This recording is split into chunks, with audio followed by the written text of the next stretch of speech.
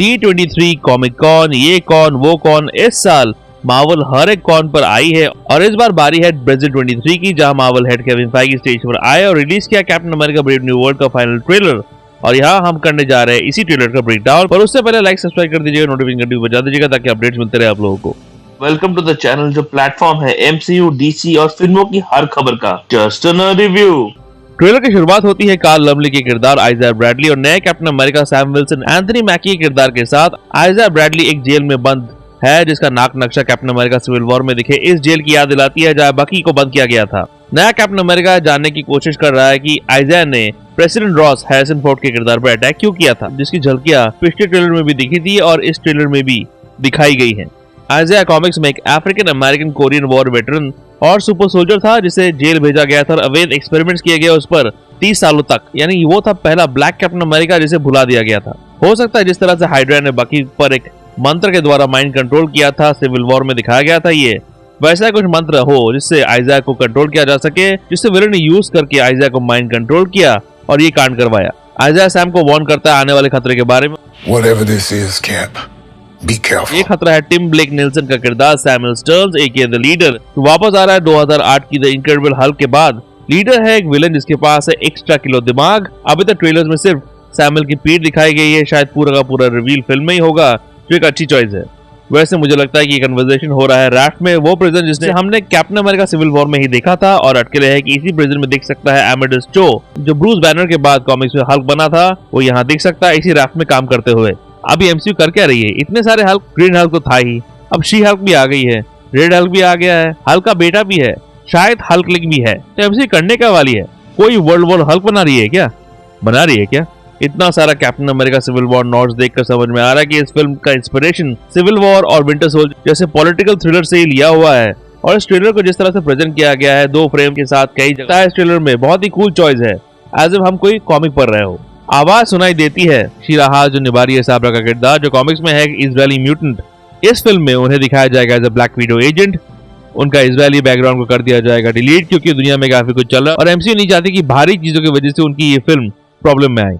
एक शॉट में दिखता है किसी का पीठ, जहाँ दिखता है ये लोगो जहाँ लिखा हुआ है सर्पेंट सोसाइटी। कौन है सर्पेंट सोसाइटी? एक विलन टीम अप जिसे बनाया गया था उन किरदारों के साथ जिन्होंने अपना कॉस्ट्यूम इंस्पिरेशन सांप पर रखा था, यानी कि स्नेक। इस टीम की शुरुआत की थी सेथ वॉल्कर नाम के विलन ने, जिसे साइड विंडर भी बुलाया जाता था, जो एक बिजनेसमैन था। उसके पावर्स थे टेलीपोर्टेशन। जिनका एस्पेसिनो वही सेथ वॉकर यानी कि साइड विंडर का किरदार निभा रहा है, जिनके पोर्शन को रीशूट में ऐड किया गया था। उसके बाद उन्होंने कन्विंस किया एनाकोंडा, ब्लैक माम्बा और द एडर जैसे विलन्स को इस टीम का पार्ट होने के लिए। और उसके बाद उस टीम में शामिल हुए थे Constrictor, Bushmaster, Cobra, Cottonmouth, Diamondback, Princess Python और द रैटलर। मुझे लगता है इस फिल्म में सर्पेंट सोसाइटी को as a special ops team दिखाया जा सकता है, जो प्रेसिडेंट रॉस के लिए अनलॉफुल काम करते हैं, क्योंकि हम एक और serpent society members wrestler Seth Rollins को देखते हैं नए कैप सैम और नए फैल्कन टोरेस को पकड़ते हुए। उसके अलावा एक और serpent society member set photos में भी दिख चुकी है, डायमंडबैक जिसे निभा रही है रोजा सालाज़ार।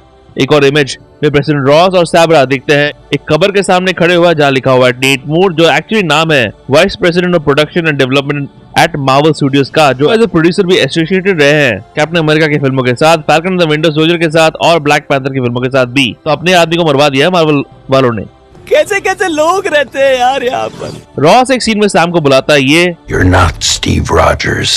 यानी फिर से सैम को प्रूव करना पड़ेगा कि वो कैप्टन अमेरिका बनने के लायक है। हालांकि वो ये ऑलरेडी कर चुका है फाल्कन द विंटर सोल्जर में। अब कितने बार प्रूव करेगा सैम वो अपने आप को?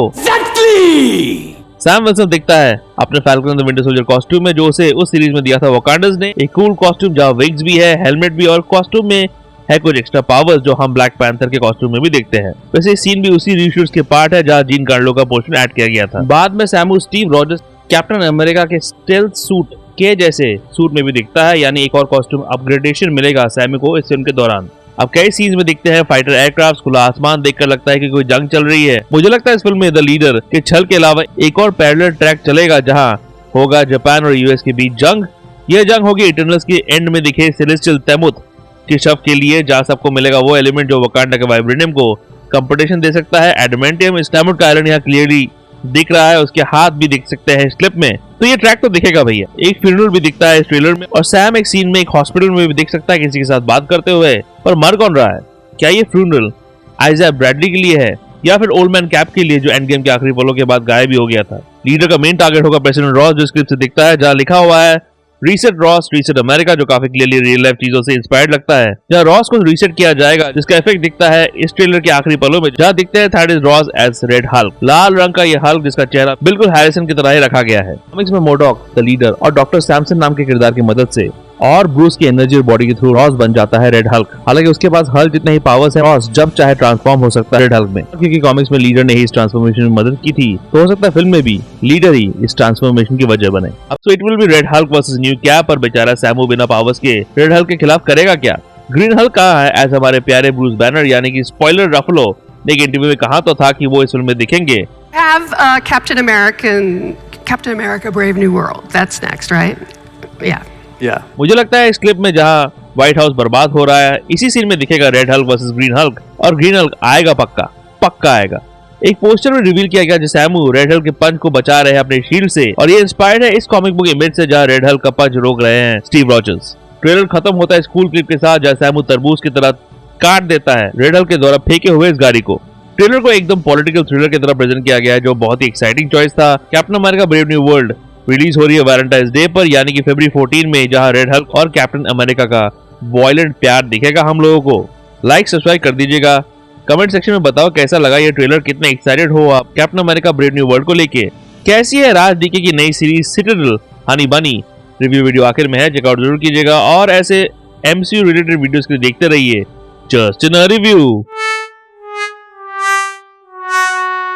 नर्डी व्यू के अपडेट्स के लिए और छोटे बड़े स्निपेट्स के लिए फॉलो कीजिए ऑन ट्विटर @ProNerdyView201 में, और ProNeedDiaryBlogspot.com में भी आपको अपडेट्स मिल जाएंगे।